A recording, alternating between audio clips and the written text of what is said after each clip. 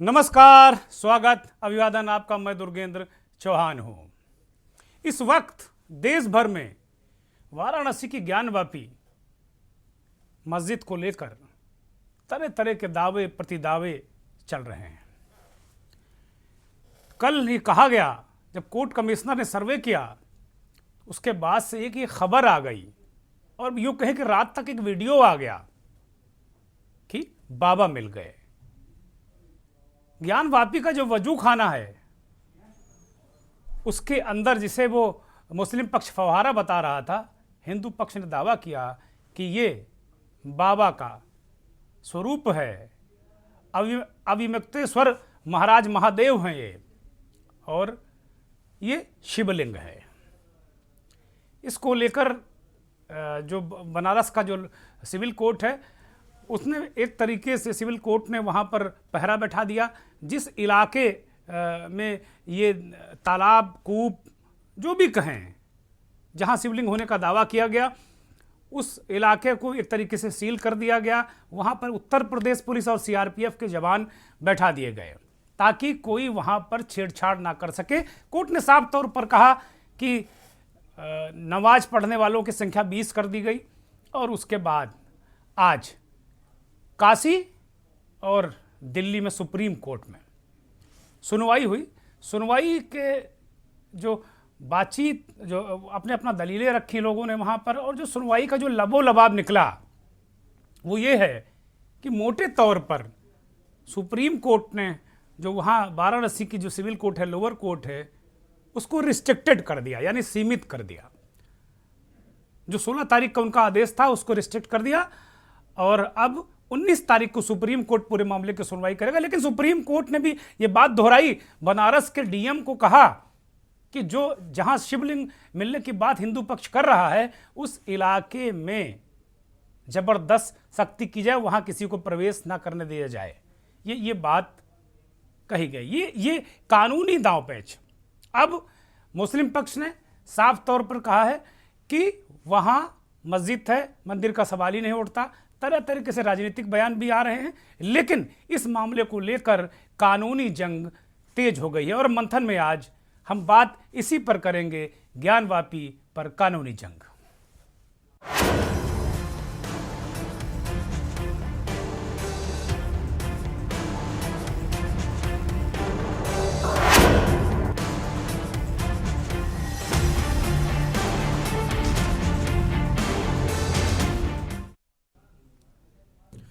ज्ञानवापी मस्जिद मामले में आज सुप्रीम कोर्ट ने अहम सुनवाई हुई। इसके बाद अदालत ने, शीर्षस्थ अदालत ने यह निर्देश दिया कि मस्जिद में सर्वे के दौरान जिस जगह पर शिवलिंग मिलने की बात कही जा रही है, उस इलाके को पूरी तरह सील कर दिया जाए, सुरक्षा सुनिश्चित की जाए।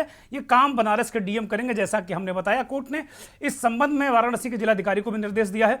साथ ही सुप्रीम कोर्ट ने यह भी कहा कि मुस्लिम बगैर किसी अवरोध के ज्ञानवापी मस्जिद में नमाज अदा कर सकते हैं। हालांकि जो लोअर कोर्ट है उसने ये सीमा 20 तारीख कर दी थी, यानी माफ कीजिएगा 20 लोग कर दिए थे कि 20 लोग ही नमाज अदा कर सकते हैं। लेकिन सुप्रीम कोर्ट ने कहा कि भाई कोई सीमा लगाने की जरूरत नहीं है, जितने लोग चाहें नमाज अदा कर सकते हैं। केवल जिसे वो वजू खाना कह रहे हैं उसका इस्तेमाल नहीं कर सकते, क्योंकि वो स्थान रिस्ट्रिक्टेड एरिया में है, यानी वहाँ पर शिवलिंग होने का दावा हिंदू पक्ष कर रहा है और वहाँ से छेड़छाड़ ना हो, छेड़छाड़ को लेकर कोई विवाद ना हो, इसलिए ऐसा किया जाएगा। अदालत ने याचिकाकर्ता हिंदू पक्ष को नोटिस जारी किया और अब मस्जिद कमेटी की याचिका पर सुनवाई और अन्य मामलों की सुनवाई के लिए 19 मई की तारीख मुकर्रर कर दी गई है।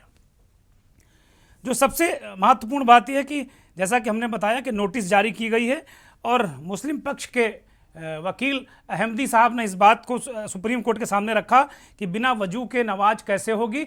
जो वर्शिप एक्ट है 1991, उसके तहत अगर ये मस्जिद में नमाज नहीं होगी, वजू नहीं होगा, तो फिर वो एक्ट का उल्लंघन होगा और मस्जिद का स्वरूप, उसका जो मूल जो नेचर है, जो धार्मिक स्थल का नेचर, वो बदल जाएगा और फिर उसके बदलने के साथ ही इस एक्ट का उल्लंघन हो जाएगा। ये दलील भी दी, लेकिन कोर्ट ने अपने तरीके से चीज़ों को देखा।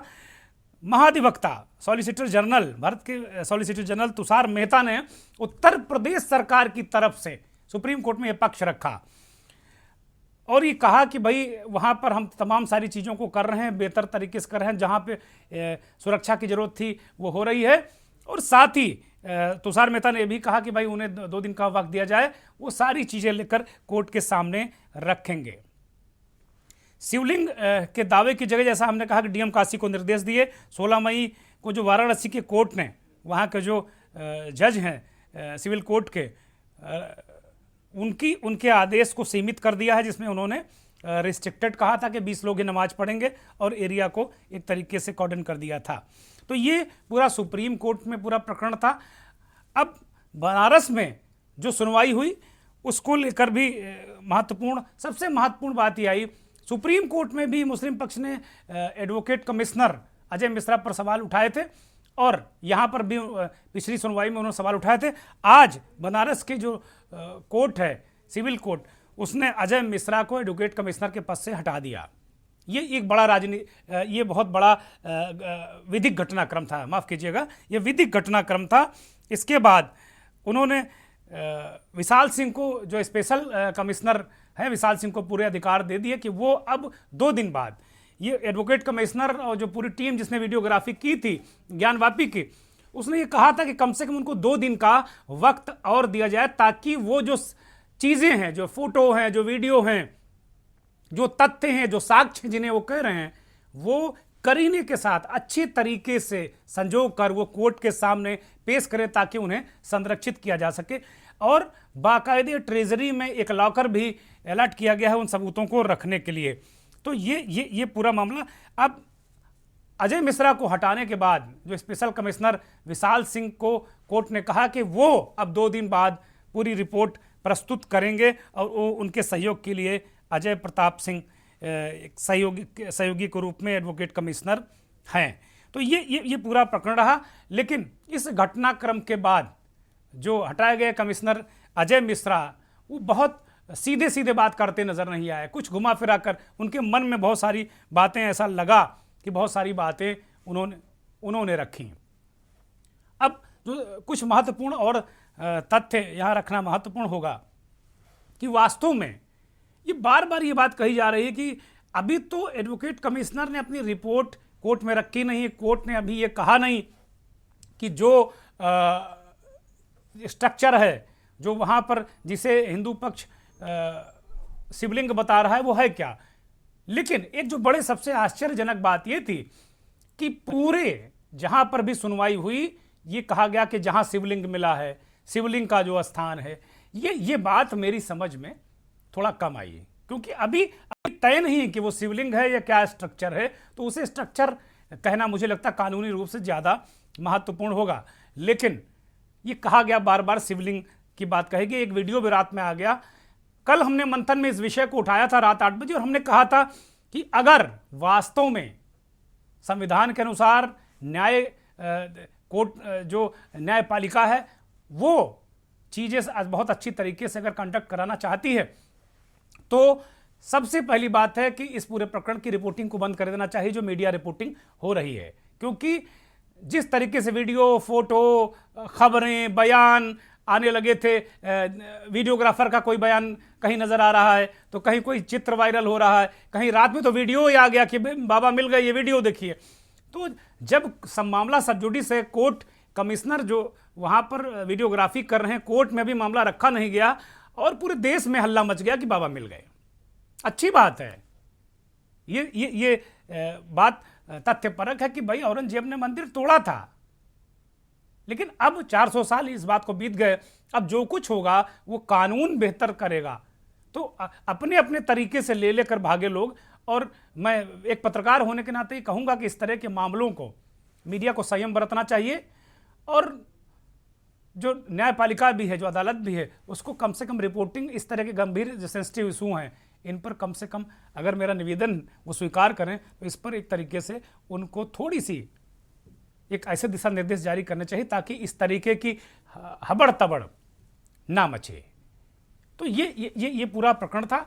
अब ये कानूनी जंग कहाँ जाएगी, इसका स्वरूप क्या होगा, क्या राजनीति भी इसमें इन्वॉल्व है, क्या जो धर्माचार्य हैं वो भी बढ़ चढ़कर इसमें हिस्सा ले रहे हैं? बहुत सारे सवाल हैं, बहुत सारी चीज़ें हैं।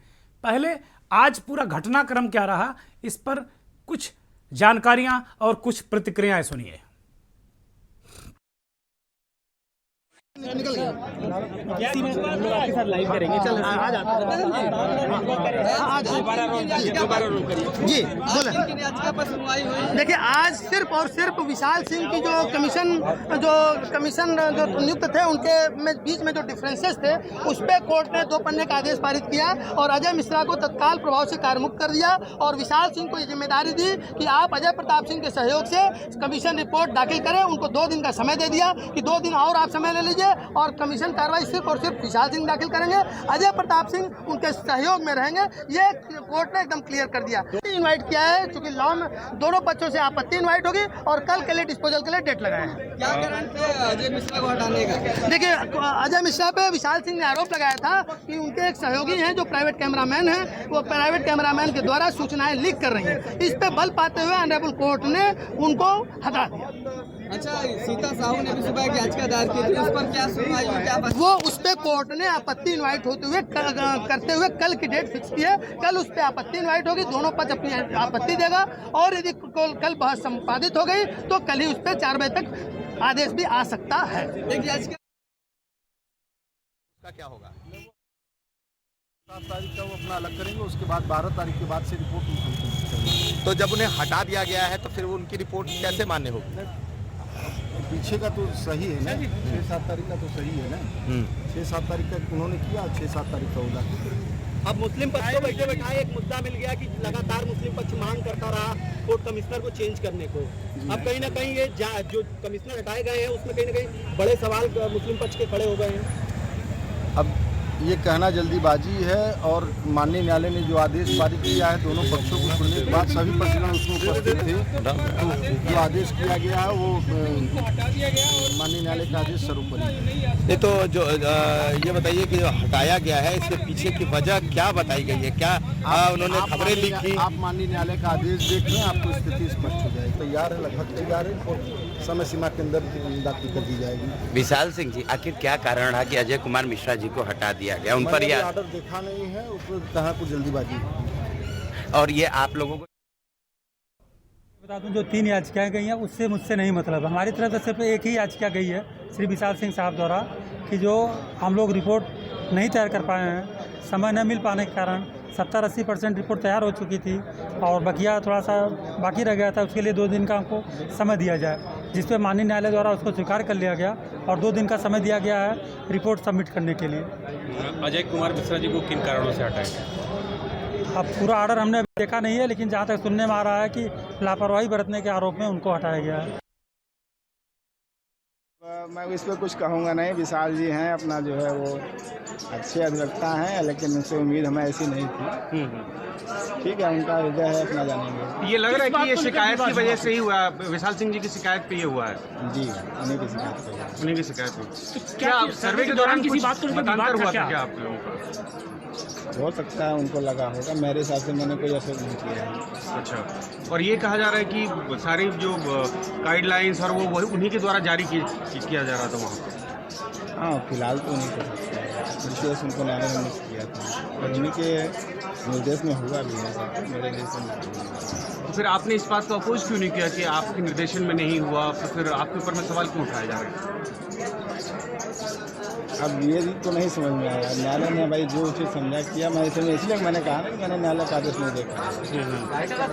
और एक चीज़ और बता दूं कि जो जिसको मिलना है उसको वही मिलेगा, उससे ज़्यादा किसी को नहीं।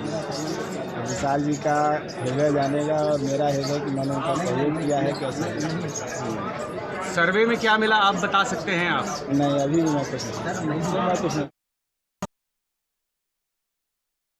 थी हम लोग को कि हो सकता है 2-3 घंटे की कार्रवाई में कुछ ऐसा चीज मिल जाए जिससे हम लोग वो हो जाए, तो वैसा भगवान शिव मिल गए, हम लोग का जन्म सफल हो गया। हर कोई एक सवाल का जवाब जानना चाहता है जी, आखिर वहाँ तक पहुँचे कैसे?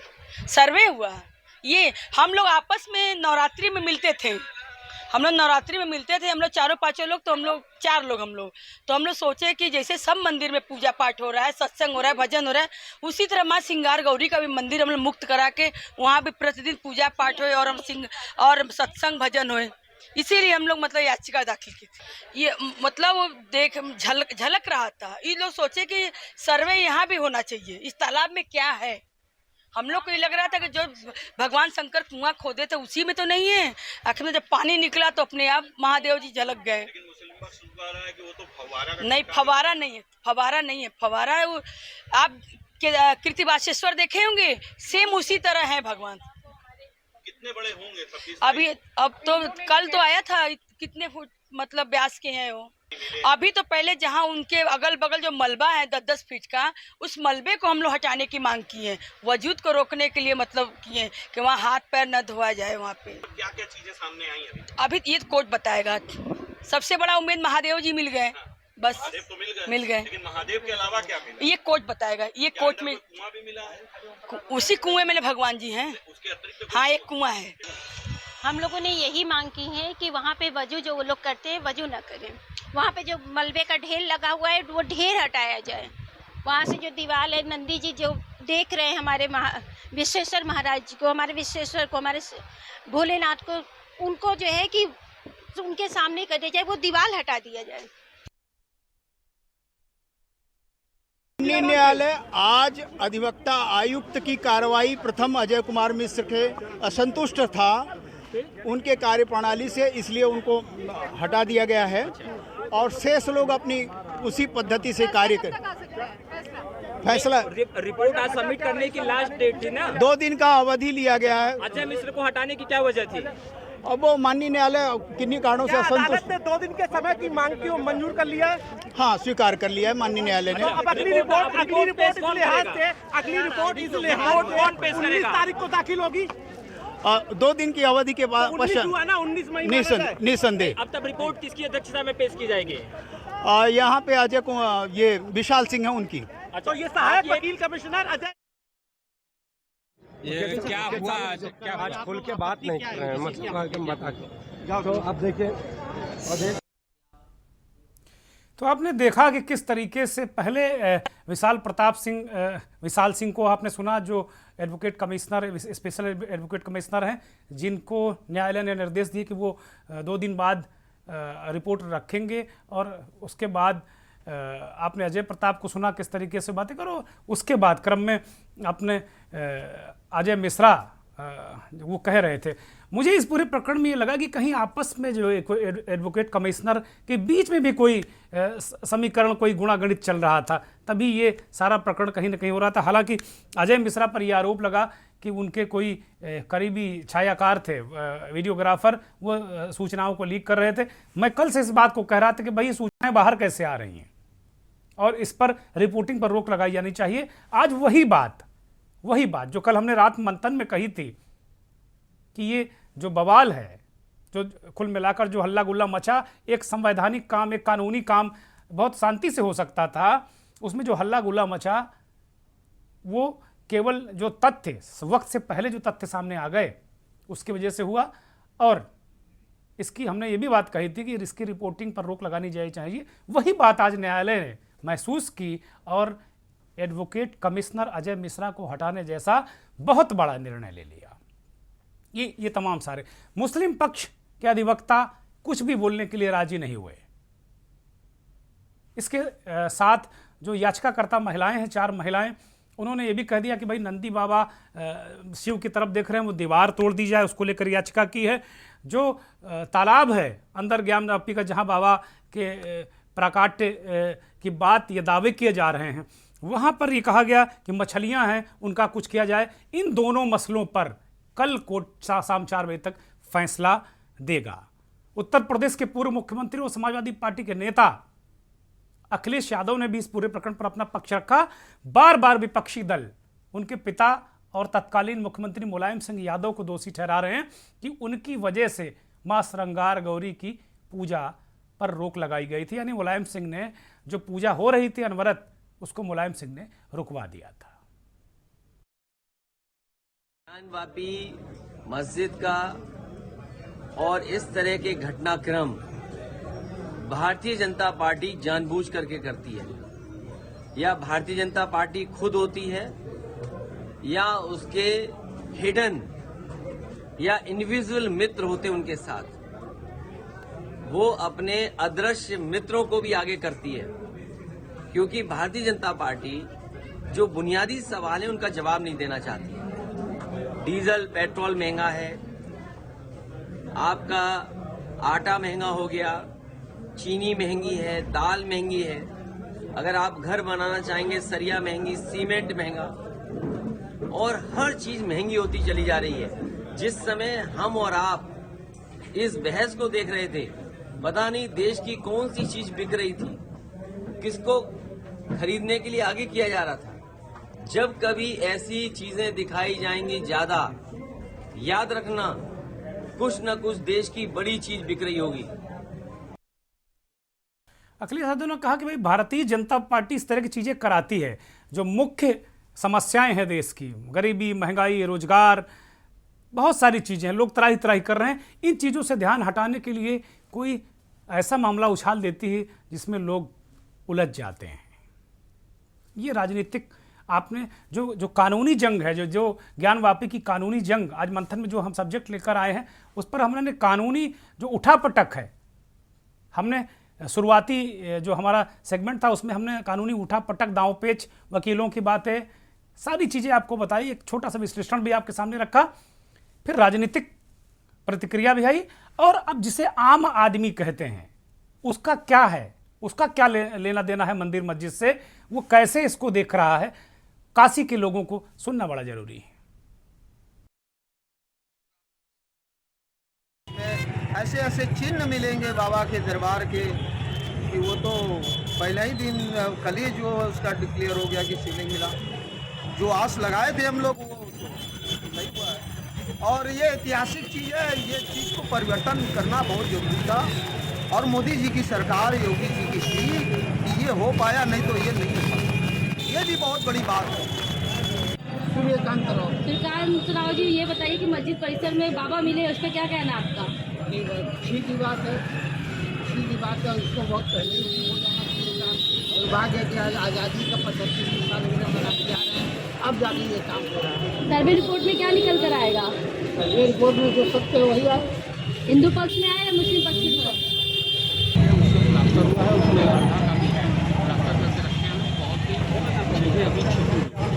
जब तक अगर बढ़िया से नहीं होगा तो जांच करने की उनको समय दिया जाए तो जांच अच्छे से हकीकत सामने आ जाएगी। तो बहुत अच्छी बात है। महादेव तो हम लोग के आई है, उसको मिले सदियों से, कितना बरस से चल रहा है। वो तो है ही मंदिर है, उसके नीचे शिवलिंग है, गुंबद भी खड़ा है, तो उसको भी देखिए तो मंदिर के ऊपर ही खड़ा है, अलग से तो कुछ बना नहीं है।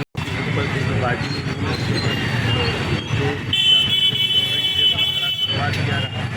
हर तरह की भ्रांतियाँ फैला रहे हैं, उसके लिए सबके लिए जो है कि पुराण में एक दंड निर्धारित है। भगवान के लिए, जो धर्म के लिए तरह तरह की आस्था जो अनास्था में बदली जा रही है, बाबा विश्वनाथ के प्रति जो लोगों की आस्था है वो अनास्था में बदलने का एक प्रयास है। ये अभी जब तक सिद्ध नहीं होता कि वो बाबा हैं, कोई कह रहा है कि फुआरा है, कोई कह रहा है कुछ है, कोई कह रहा है कुछ है, तो हम कैसे मान लें कि वो बाबा हैं? और पुराणों के अनुसार जब तक हमारे धर्मगुरु और सारे लोग, काशी में धर्मगुरु हैं, विश्व में धर्मगुरु हैं, देश में धर्मगुरु हैं, जब वो सारी चीजें निकल के आएंगी तो वो सिद्ध करेंगे ना कि हाँ ये बाबा हैं, कि कौन से बाबा हैं, पहले ये न तय होगा।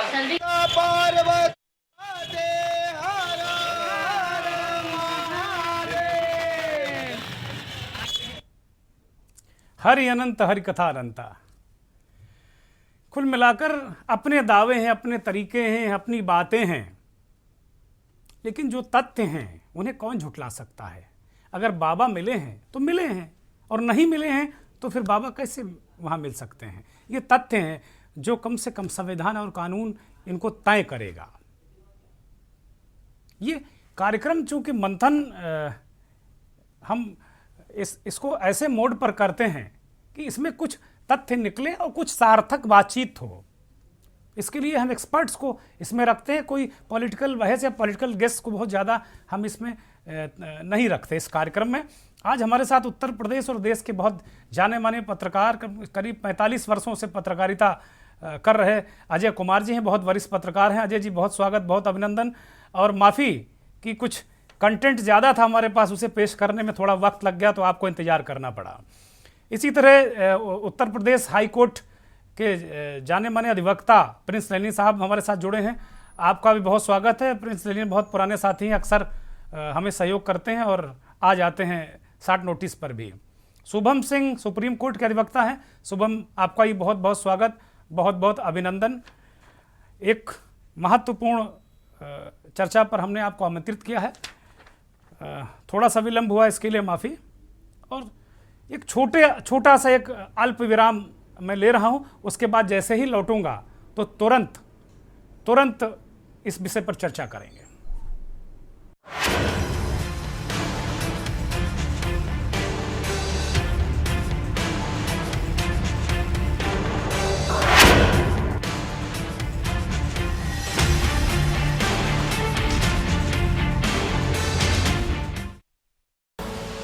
आप देख रहे हैं के न्यूज, खबरों का सारथी। कुछ दिन ऐसे होते हैं when I love my job, और कुछ दिन ऐसे होते हैं कि आई हेट इट। एक पायलट पे होता है इतना प्रेशर कि कूल रहना इज नॉट दैट इजी। पर गर्मी में घर को कूल रखना is now too easy with Summer Cool coolers. Summer Cool celebrates the release of Runway 34। देखें कौन नया खिलाड़ी आया है। समझा देते हैं। प्यार से समझाएंगे, धीरे धीरे से, वो भी अपनी जुबान में।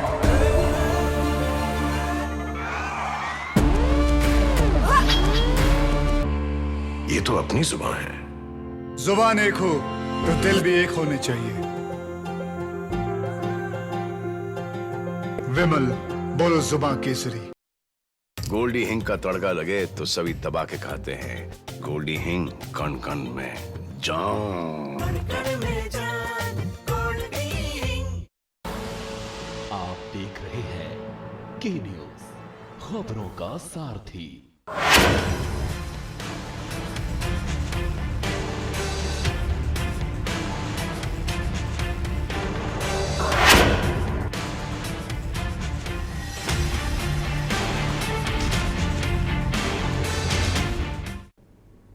ब्रेक से वापस आ गए। एक बार बहुत बहुत स्वागत है आपका। ब्रेक पर जाने से पहले हमने अपने मेहमानों का परिचय कराया था, और सबसे पहले हम उत्तर प्रदेश के बहुत जाने माने वरिष्ठ पत्रकार अजय कुमार जी के पास चलेंगे। अजय जी, ये पूरा प्रकरण ज्ञानवापी का आप भी कई दिनों से देख रहे होंगे। कभी बिना कोर्ट में तथ्य रखे हुए हल्ला मचता है कि बाबा मिल गए, हर हर महादेव, और जब इधर से हर हर महादेव होता है तो ओवैसी साहब कहते हैं नाराए तकबीरी, अल्लाह अकबर। वो कहते हैं कयामत तक ये मस्जिद रहेगी और इसे रहने देंगे। क्या तमाशा हो रहा है?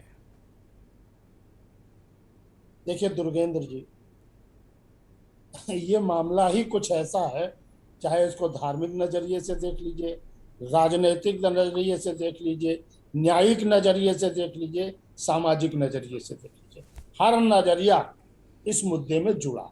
जी देखिए, एक नारा आया था, आपको याद होगा, विहिप की तरफ से, कि अयोध्या हुई हमारी है, अब काशी मथुरा की बारी। आया है। जी सभी ने कहा, विहिप के लोगों ने कहा, आरएसएस के लोगों ने बंद तरीके से कहा, लेकिन कहीं ना कहीं सत्यता है।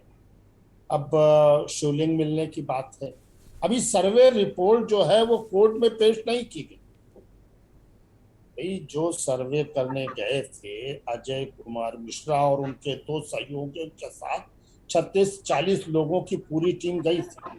वो रिपोर्ट आई नहीं, लेकिन लीक कर दिया गया कि वहां पर बाबा मिल गए। ठीक है, जो एक वीडियो भी वायरल हो रहा है, उसमें एक शिवलिंग दिखाई दे रहा है, एक जगह मछलियां एक टप में रखी हुई हैं, सफाई हो रही है, वो एक अलग बात। लेकिन भाई वो पुरातत्व स्थिति है। और आप देखिए 1991 से पहले जी वहां गौरी की पूजा होती थी, ऐसा नहीं जी। वो तो 91 में जब बाबरी मस्जिद वाला मामला चला, तब तत्कालीन सरकार जो समाजवादी पार्टी की सरकार 1991 में से, माननीय नेताजी मुख्यमंत्री थे, उन्होंने रोक लगा दी। अजय जी माफी के साथ रोकूंगा।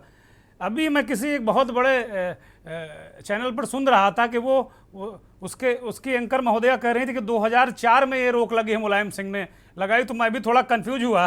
और आप उस जमाने के पत्रकार हैं कि आपने पूरा देखा है, तो जरा इसको कंक्लूड करिए अच्छे से। मैंने 1992 में जब अयोध्या में टूटा तब मेरा चोट लगी थी मेरे कैमरा में, वो एक अलग इतिहास है उसमें नहीं, लेकिन ये 1991 का मामला जी। 2004 में मुलायम सिंह शासन में कहां से थे भाई, कोई बात हो ठीक है, हो रहे होंगे। और उन्होंने ये 1991 की बात है, तब से वहां पर गौरी की पूजा पर रोक लगाई गई, मुझे पूरी तरह याद है, इसमें कहीं इब्बट की बात नहीं। लेकिन अब आप देख लीजिए कि अभी केवल इतना आया है कि वहां शिवलिंग बाबा मिले।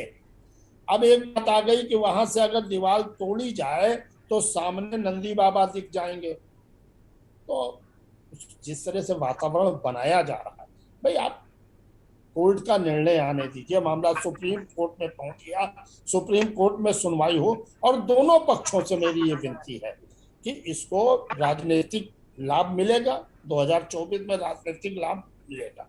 इसके बाद आप देख रहे हैं मथुरा का भी मामला भी कोर्ट में चल रहा है, सारी चीजें हैं, कोर्ट की कवायद हो रही है, लेकिन इसमें इतना बवाला करना, वैसी साहब जिस तरह से कह रहे हैं कुछ भी हो जाए हम नहीं देंगे।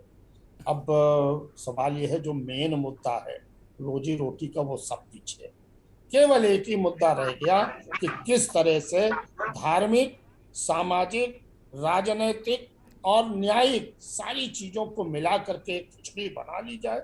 वो खिचड़ी जनता को, वर्तमान जनता को बहुत जल्दी पच जाएगी और इसमें आंदोलन होगा, एक पक्ष दूसरे पक्ष पे होगा, सारी चीजें हैं। लेकिन मुझे तो वो भी दिन याद है जब अयोध्या जी का ताला खुला था। जी। अब वीर बहादुर सिंह यहाँ मुख्यमंत्री थे, पांडे जी वहाँ डिस्ट्रिक्ट जज थे, और पांडे जी ही वहाँ कमिश्नर थे, वो एसएसपी थे। और 1986 में फरवरी का महीना था, ताला खोलने के आदेश दिए अपने डिस्ट्रिक्ट जज ने, पांडे जी ने, और एसएसपी को बुला के पूछा क्या आप ताला खुलवा सकते हैं।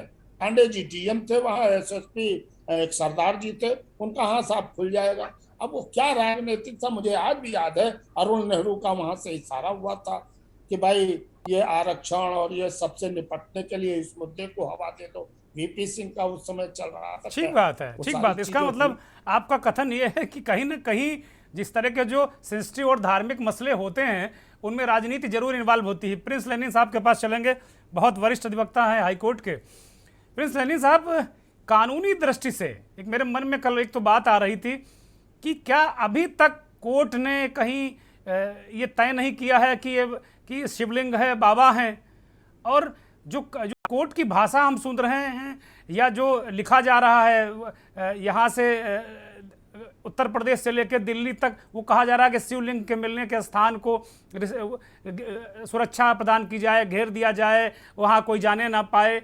अभी ये तय नहीं हुआ कि शिवलिंग है, तो क्या इस पर थोड़ा सा स्पष्ट हम चाहते हैं कि जनता को या हमारे दर्शकों को स्पष्ट करें कि क्या इस तरह की भाषा वास्तव में ये बीच में कहीं बन गई है या ये न्याय की भाषा है, न्यायालय की भाषा है।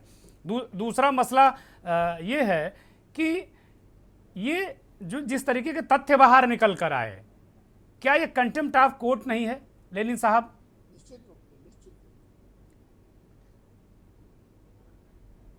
अपने आप को अनम्यूट कर दीजिए अपना फोन।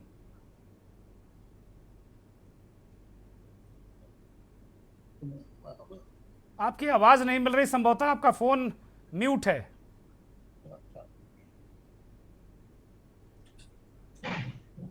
जी कहिए।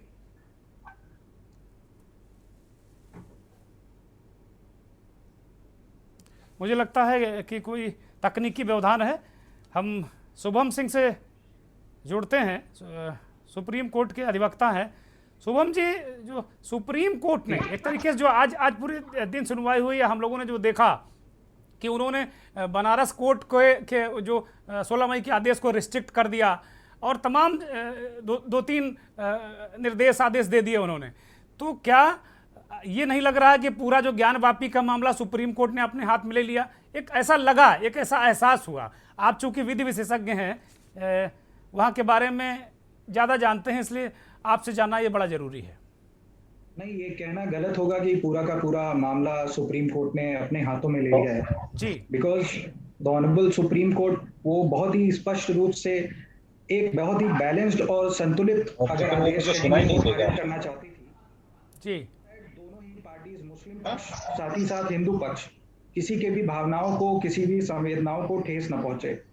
इसीलिए किसी पार्टी को रेस्ट्रिक्ट करना कि कौन कितने लोग नमाज पढ़ेंगे, और या तो इस बात को नजरअंदाज करना कि वहां पे शिवलिंग पाया गया है कि नहीं, दोनों ही चीजों के आधार पर सुप्रीम कोर्ट ने बहुत ही संतुलित आदेश दिया है कि जो एरिया जहां पे शिवलिंग का पाया जाना कहा जा रहा है उसको सुरक्षित रखिए, और साथ ही साथ जो भी नमाज अदा करना चाहता है वो नमाज अदा कर सकता है। जहां तक कि एक लिमिट सेट की गई थी कि 20 लोग जाएंगे, उसको सुप्रीम कोर्ट ने मना कर दिया है कि जितने लोग नमाज अदा करना चाहें उतने लोग नमाज अदा करेंगे।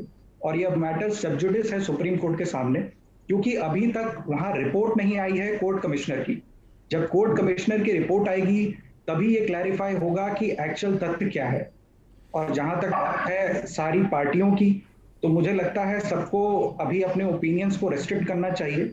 हमें अपने न्यायपालिका पे भरोसा दिखाना चाहिए, चाहे वो ट्रायल कोर्ट हो। शुभम जी, यही तो समस्या है, यही समस्या है। मुझे तो, मेरा तो सुप्रीम कोर्ट से, माननीय सुप्रीम कोर्ट से करबद्ध प्रार्थना है कि इसकी रिपोर्टिंग पर ही रोक लगा दें, क्योंकि बड़ा सेंसिटिव मसला है। इस पत्रकार वहां घुसने ना पाएं, क्योंकि जो आज का परिवेश है, मीडिया का क्या स्वरूप हो गया सब जानते हैं। तो एक तरीके से शुद्ध भाषा में कहें कि लेकर भागने वाली, कि कौवा कान ले गया, नाक ले गया, लेकिन नाक अपनी जगह और शोर मच रहा चारों तरफ। अचानक प्रकट हो गया कि भाई बाबा हैं, शिवलिंग है। अरे कैसे तय हो गया कि शिवलिंग है? ये कैसे तय हो गया कि वहाँ ये स्ट्रक्चर नहीं है? सुप्रीम कोर्ट ही तय करेगा ना, हाई कोर्ट ही तय करेगा, नीचे के कोर्ट तय करेंगे। ये तो ये संविधान से तय होगा। और जहाँ तक मेरी ये कहने की मुराद थी कि सुप्रीम कोर्ट ने क्या चीज़ें अपने हाथ में ले ली, क्योंकि एक दोपहर में खबर आई थी, आप ज़्यादा बेहतर बताएंगे, दोपहर में खबर आई थी कि सुप्रीम कोर्ट ने कहा कि भाई वहाँ का जो सिविल कोर्ट है वो चीज़ों को देखे, वहाँ आप लोग जाइए। तब मुस्लिम पक्ष ने इस बात को कहा कि नहीं, वो हमारी नहीं सुन रहे हैं, वो एडवोकेट कमिश्नर को हटाने की हमने कही, उन्होंने नहीं हटाई। उसके थोड़ी देर बाद ये खबरें आ गई और फिर नई गाइडलाइन सुप्रीम कोर्ट की आ गई। ये क्या माजरा है शुभम सिंह जी? इस मामले पे कमेंट करना सही नहीं होगा, क्योंकि ये ड्यूरिंग द प्रोसीडिंग्स जो भी आर्ग्यूमेंट्स हुए हैं ये उनके ऊपर है, और माननीय उच्चतम न्यायालय में जब तक मैटर सब जुडिस है तब तक इस चीज पे खतन करना गलत होगा। मैं बस आपकी एक बात को और एक्सटेंड करना चाहूंगा और लोगों को केवल ये समझाना चाहूंगा कि किसी भी तरह का कथन इस मामले में बहुत ही संवेदनशील और गलत हो सकता है। ये कहना भी गलत होगा लोगों के लिए कि वहां पे शिवलिंग है, और ये भी कहना गलत होगा कि वहां पे शिवलिंग नहीं है। इन दोनों ही चीज का कंक्लूजन अगर हम कोर्ट पे छोड़ दें तो वो ज्यादा बेहतर होगा। ठीक बात है, ठीक बात है। प्रिंस लेनिन साहब को अगर मेरी आवाज़ सुनाई पड़ रही हो तो इस पर जो सिविल कोर्ट का पूरा नज़रिया है, और फिर उसके बाद जब इस तरह सुप्रीम कोर्ट ने संज्ञान में लिया है, आप किस तरीके से इस पूरे प्रकरण को देखते हैं एक लीगल एक्सपर्ट के नाते? आपको आवाज मिल रही है? नहीं, हाँ मिल रही है, कुछ व्यवधान था लेकिन अब मिल रही है आवाज़। तो देखिए, जो ये प्रकरण है, ये प्रकरण उत्पन्न हुआ है कि 4 पक्षकार के द्वारा एक स्थान पर नियमित पूजा करने की परमिशन मांगी गई है। जैसा कि अजय कुमार जी ने बताया कि 1991 तक वहां पे पूजा की जा रही थी। उनका पूजा करने का अधिकार है जो संविधान सबको प्रदत्त करता है, अपने धर्म को मानने का, अपने धार्मिक क्रियाकलापों को करने का। तो उसके चलते उन्होंने उस रोक को हटाने के लिए और अपनी पूजा की जो राइट है उसको नियमित रूप से करने के लिए याचिका की। Fact finding, collection of evidence, एक कुछ चीजें होती, क्योंकि 2 पक्ष हैं वहां पे, दोनों का अपना अपना कथन है। तो कोर्ट जहां पे डिस्प्यूट होता है किसी फैक्ट का, उसके लिए कोर्ट कमिश्नर अपॉइंट करती है। कमिश्नर की जिम्मेदारी ये थी कि उसको अपनी जो फैक्ट फाइंडिंग रिपोर्ट है वो लीक नहीं करनी चाहिए थी, मीडिया में नहीं जाना चाहिए था। वो सारी चीजें उसको कॉन्फिडेंशियलिटी उसकी बना के रखनी चाहिए थी, लेकिन इतना हाइप्ड मामला है, हर तरफ से मीडिया घूम रहा है, उसको भी खबर चाहिए, तो कहीं ना कहीं चीजें फिर धीरे धीरे बाहर आने लगी और ये प्राइम डिबेट का इशू हो गया नेशन वाइड। तो लोगों ने इसमें जब से ज्यादा इंटरेस्ट लेने लगे और ये मामला बढ़ने लगा और लोग इसमें चीजें खुलने लगी, तो जहां तक का जो कोर्ट से प्रोसीडिंग से रिलेटेड जो लोग थे उनको, अब अगर मैं इसमें किसी भी मुद्दे पर अगर किसी भी कोर्ट से रिलेटेड हूं तो मेरा इस डिबेट में बैठना न्यायोचित नहीं होगा। मेरा कोई भी स्टेटमेंट देना जिम्मेदारी पहले होगी कि मुझे कितना बोलना है और क्या बोलना है। तो जो पक्षकारों से जुड़े जो अधिवक्ता वर्ग है, जो फोटोग्राफर गए हुए थे, उन लोगों ने थोड़ी सी सीक्रेसी उनको मेंटेन रखनी चाहिए थी, जो कि जरूरी होती है ऐसे सेंसिटिव मुद्दों पे। तो जिस तरह से जो चीजें बाहर आई वो कहीं ना कहीं रिपोर्ट की जो फाइनलिटी थी वो उसके तैयार होने से पहले ही चीजें बाहर आ गई और उस पर इतना हाइप इकट्ठा हो गया।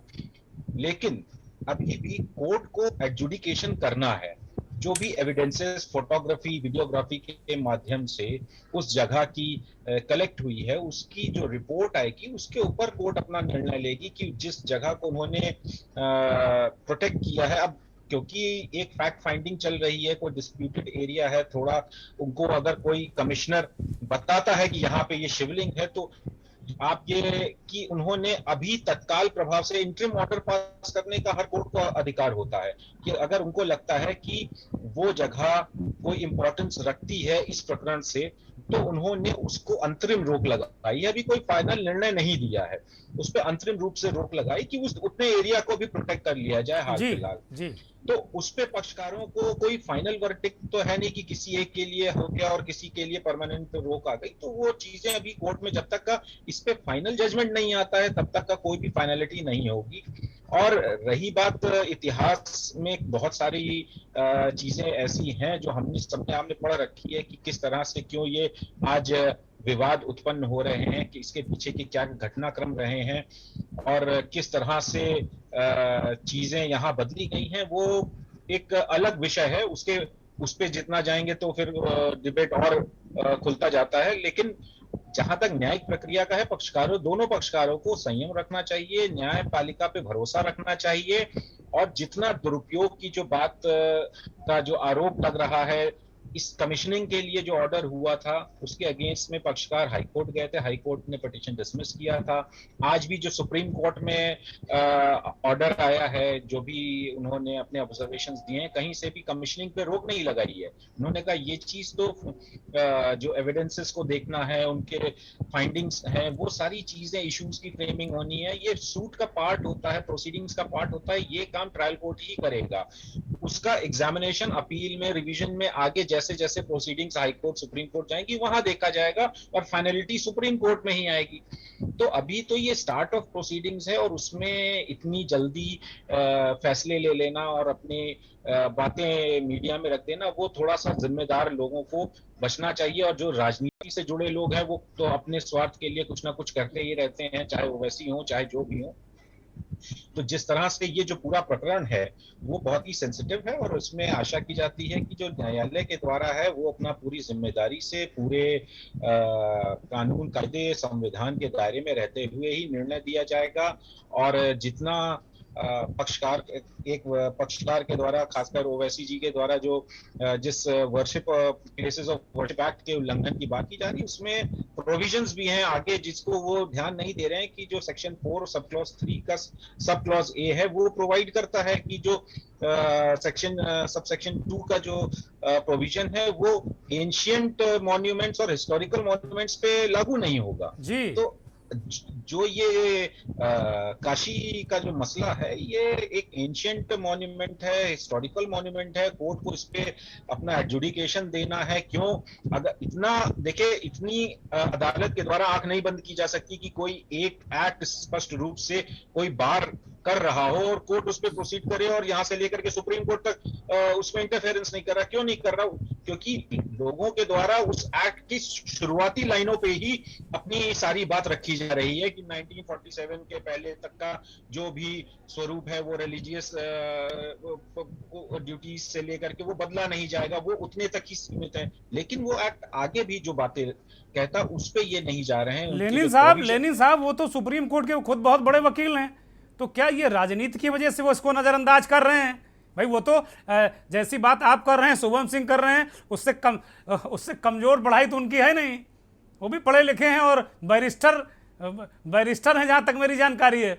तो क्या ये दो चेहरे हैं? वकालत का चेहरा वो नहीं लाना चाहते, वो केवल नेता ओवैसी के रूप में बोल रहे हैं? क्योंकि आपने ये बात कही कि जो एक्ट है 1991 का, उस एक्ट में तो जो सब क्लास हैं, आपने बता दिया कि भाई एंशिएंट मॉन्यूमेंट में जो अति प्राचीन पुरातात्विक वाले मसले हैं उन पर ये नहीं लागू होता है। तो कहीं ये डर तो नहीं कि कहीं इस पर वो गच्चा खा जाएं, तो वो जो उनके लोग हैं, जो उनके वोटर हैं, उनको कहेंगे नहीं नहीं नहीं हम कयामत तक लड़ेंगे। राजनीतिक इच्छाएं हैं, उनका अपना जो उनका पूरा क्षेत्र है और जो उनका वोट बैंक है उसको प्रसन्न करने में, क्योंकि वो एक वर्ग की बात करते हैं, उसके बहुत प्रमुख और प्रखर वक्ता हैं, तो वो जाहिर तौर पर उस वर्ग को लेकर के अपने स्टेटमेंट्स, उनके हितों को लेकर के ही अपने स्टेटमेंट्स रखेंगे, ना कि कायदे कानून और जो एक्ट के प्रावधान है उसके जो सब क्लॉजेज हैं वो सेक्शन पे जा रहे हैं लेकिन सब क्लॉज पे नहीं जा रहे हैं। वो एक्ट पूरा पढ़े ना, अपने जिसके भी सामने वो अपनी रोक की जो बात कर रहे हैं, जो बार की बात कर रहे हैं, सेक्शन 1 से लेकर के सेक्शन 6 तक चले जाएं तो उनको सेक्शन 4 में और सब क्लॉज 3 में उनको मिल जाएगा स्पष्ट बार की क्या कोर्ट ने, क्या कानून ने प्रोवाइड कर रखा। आखिर क्यों नहीं सुप्रीम कोर्ट ने उसको रोका? हम चर्चाएं भी सुन रहे हैं तमाम जगह, हम टीवी डिबेट हमने खुद देखी, हम खुद बातचीत कर रहे हैं आपसे एक टीवी चैनल पर बैठकर, के न्यूज़ पर, और हमने खुद तमाम टीवी चैनल देखे कि सब जो आपने बात बताई, मुझे लगता है ना कोई बताना चाहता है ना कोई सुनना चाहता है। ये उसी पर अटके हुए हैं, जो ग्रामोफोन की सुई एक ही जगह अटक गई है, वो आगे बढ़ ही नहीं रही।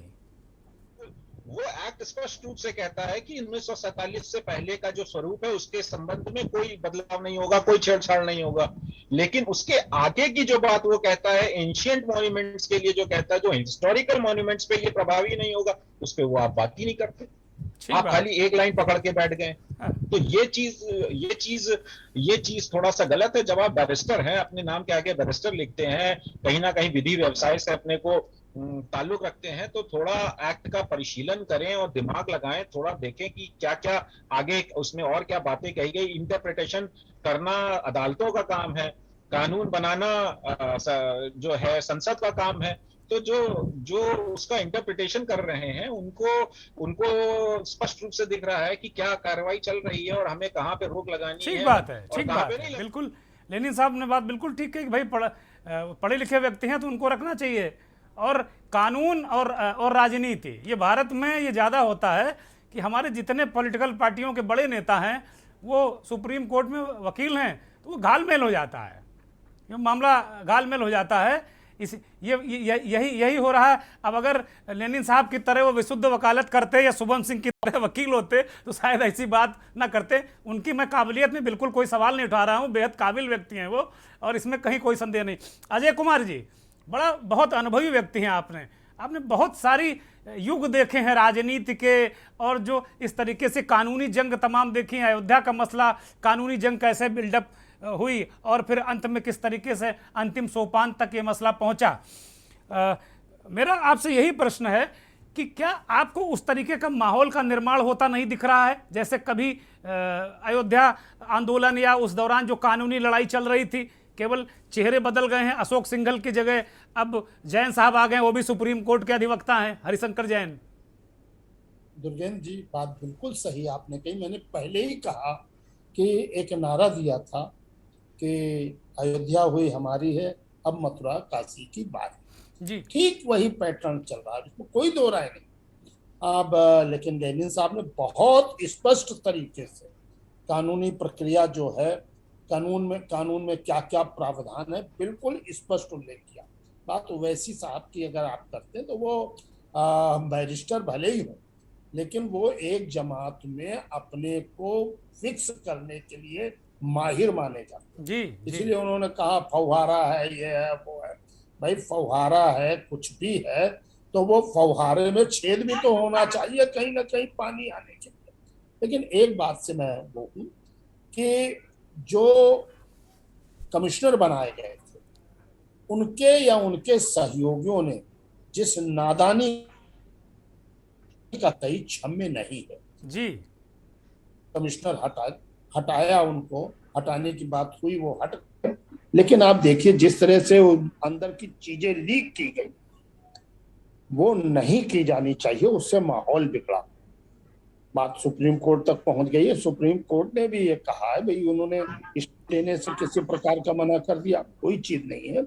लेकिन इस पे राजनीति जिस तरह से होने लगी, कितने लोग निकल आए। मैं तो अगर कहूँ दुर्गेंद्र जी, वकीलों ने चेहरा दिखाना, हर टीवी चैनल पर कौन आगे आएगा, क्या बढ़ चढ़ करके बता दे, ये एक कंपटीशन हो गया। अच्छा, हमारे साथी किसी को भी पकड़ लिए उसको पचकार बता दिए, तमाम ऐसे हमारे पत्रकार साथी जो मिला काले कोट में जो मिला उसी के आगे माइक लगाया और बताया कि भैया आप भी बता दो यार कुछ। तो ये हमारे पैसे का भी संकट है। अगर वकीलों की तरफ का संकट है तो पत्रकारों ने भी कम भूमिका नहीं ना भाई इस मामले में गलत तथ्य प्रकाशित करने में। निश्चित रूप से, और उसका विपरीत असर पड़ता है।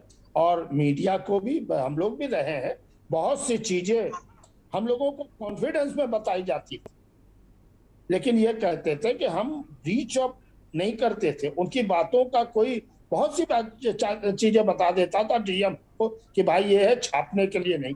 हम नहीं छापते थे, उजागर नहीं करते थे। लेकिन आज ये स्थिति हो गई, बहुत ही अजय जी एक बड़ा महत्वपूर्ण सवाल है कि राजनीतिक दल, आज अखिलेश यादव का एक बयान आया, कांग्रेस की तरफ से कोई बयान नहीं है, भारतीय जनता पार्टी के लोग भी, केशव मौर्य जो संवैधानिक पद पर बैठे हैं, उन्होंने कल जरूर कहा, जिन्होंने संविधान की शपथ ली है, उन्होंने जरूर कहा कि बाबा मिल गए।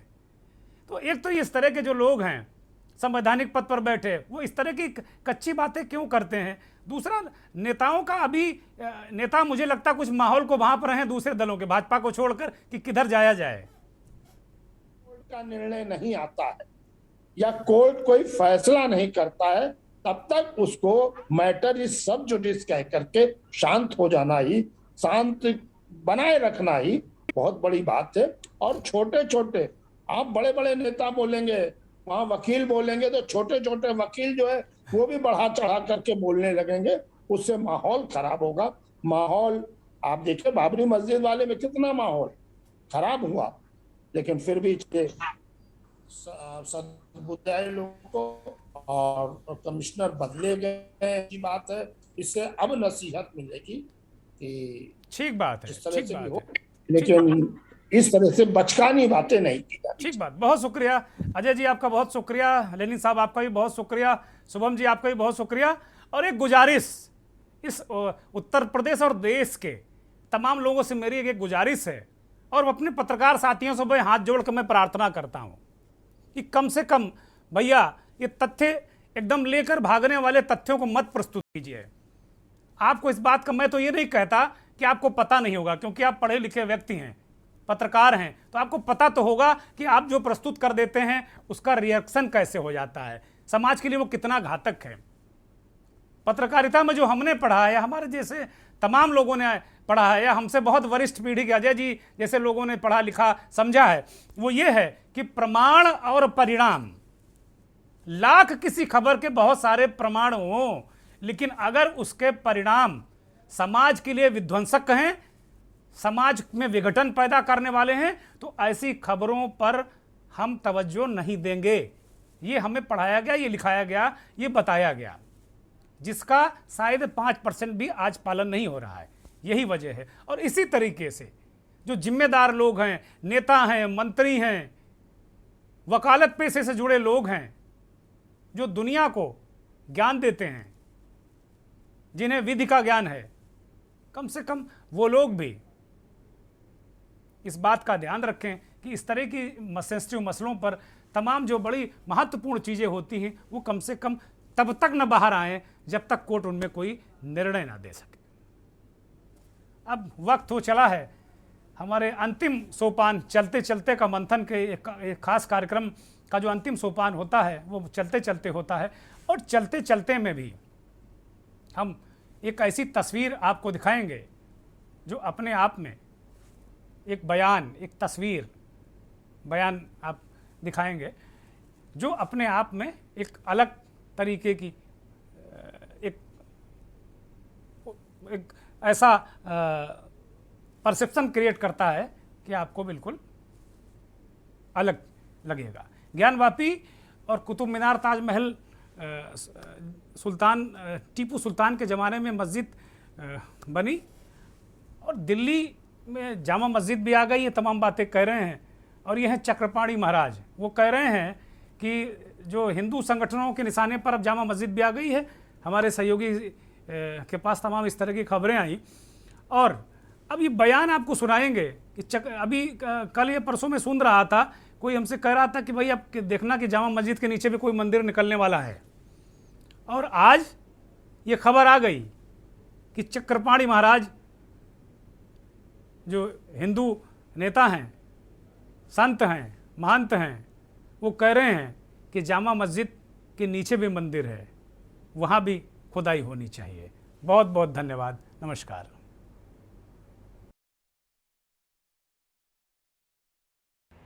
हरिओम, राम राम।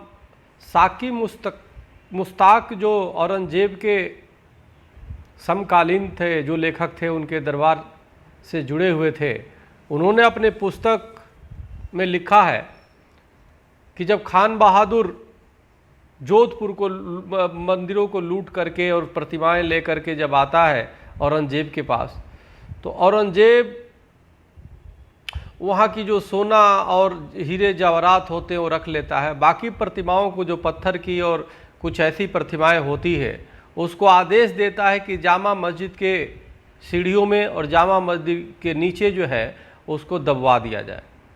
मेरा निवेदन है जामा मस्जिद के शाही इमाम से कि कृपया हिंदू महासभा मांग करती है कि उन प्रतिमाओं की मुक्ति के लिए, देवी देवताओं की मुक्ति के लिए, देश की सद्भावना के लिए कृपया हिंदू महासभा आपसे निवेदन करती है कि जामा मस्जिद की जो नीचे की खुदाई करने का आप एक हमें आप सहयोग करें, ताकि जामा मस्जिद के नीचे जो खुदाई करके अपनी देवी देवताओं को निकाल करके उनको यथास्थान रखा जाए। अन्यथा हमें माननीय कोर्ट का शरण लेना पड़ेगा और पूरी जामा मस्जिद की खुदाई करानी पड़ेगी। ये हमारी मजबूरी होगी, क्योंकि वहाँ पे जो साक्ष्य और ऐतिहासिक साक्ष्य और प्रमाण है उसके अनुसार ऐसा स्पष्ट हो चुका है कि अनेक हमारे देवी देवताओं की प्रतिमाएं जामा मस्जिद दिल्ली के नीचे सीढ़ियों में और तमाम जगह जो है उनको दफन किया गया है, उनको औरंगजेब के आदेश पे। तो इसलिए कृपया हम अपने प्रतिमाओं को निकाल कर उनको सम्मानपूर्वक पूजा कर सकें। इसलिए हम चाहते हैं कि जामा मस्जिद के जो प्रशासनिक लोग हैं वो सहयोग करें और उसकी खुदाई के लिए साथ दें, अन्यथा माननीय कोर्ट का अंतिम विकल्प होगा। बहुत बहुत धन्यवाद। हरिओम, राम राम। इस कार्यक्रम के प्रायोजक करता है रामा हॉस्पिटल, किफायती एवं बेहतर स्वास्थ्य सेवाएं। समर कूलर और होम अप्लायंसेस लीजिए और बेफिक्र हो जाएगी।